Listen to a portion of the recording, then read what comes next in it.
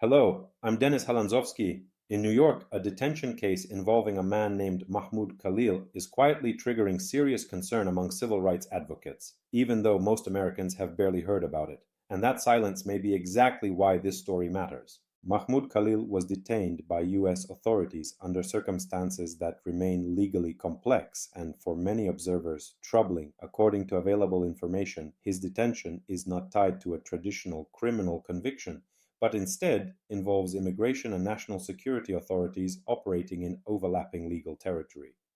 What's raising alarms is how limited the public explanation has been. Khalil's legal team and advocacy groups argue that his detention lacks transparency and raises questions about due process, especially for non citizens living legally in the United States.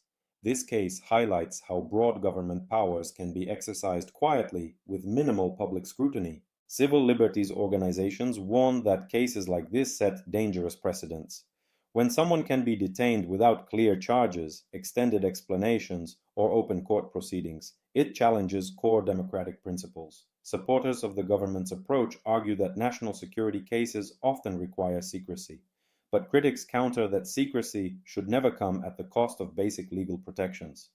The fear is that what starts as an exception can slowly become routine, especially in times of political tension or public anxiety about security. Mahmoud Khalil's detention may not dominate headlines, but it sits at the intersection of immigration law, civil rights, and government power. History shows that these are the moments when legal boundaries matter most, precisely because they're easy to overlook. I'm Denis Halandzovskyi. Thanks for watching.